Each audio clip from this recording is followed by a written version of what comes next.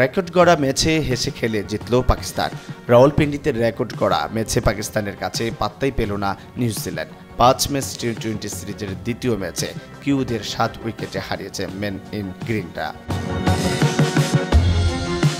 শনিবার টস হেরে ব্যাট করতে নেমে শুরুতেই ব্যাট বিপর্যয়ে পড়ে সফরকারীরা। শাহিন শাহ, আফ্রিদি আর মোহাম্মদ আমিরদের বোলিং তোপে ৫০ রান তুলতেই হারায় ৫ উইকেট। সেখান থেকে আর ফিরে আসতে পারেনি কিউ ব্যাটাররা। ৯০ রানেই অল আউট হয় নিউজিল্যান্ড। দুর্দান্ত স্পেলে আফ্রিদি নেন ৩ উইকেট। এছাড়া আবরার, আমির, শাদাব নেন ২টি করে উইকেট।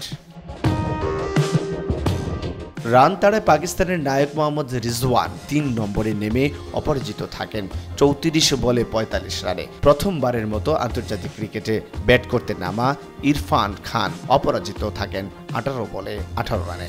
শেষ পর্যন্ত ১২ ওভার ১ বল খরচ করে ৩ উইকেট হারিয়ে ৯২ রান তুলে জয় নিয়ে মাঠ ছাড়ে পাকিস্তান।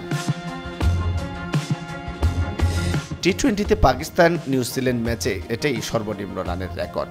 এর আগে ২০০৯ সালে ওভালে দুই দলের আগের রেকর্ডটি ছিল ১৯৯ রানের।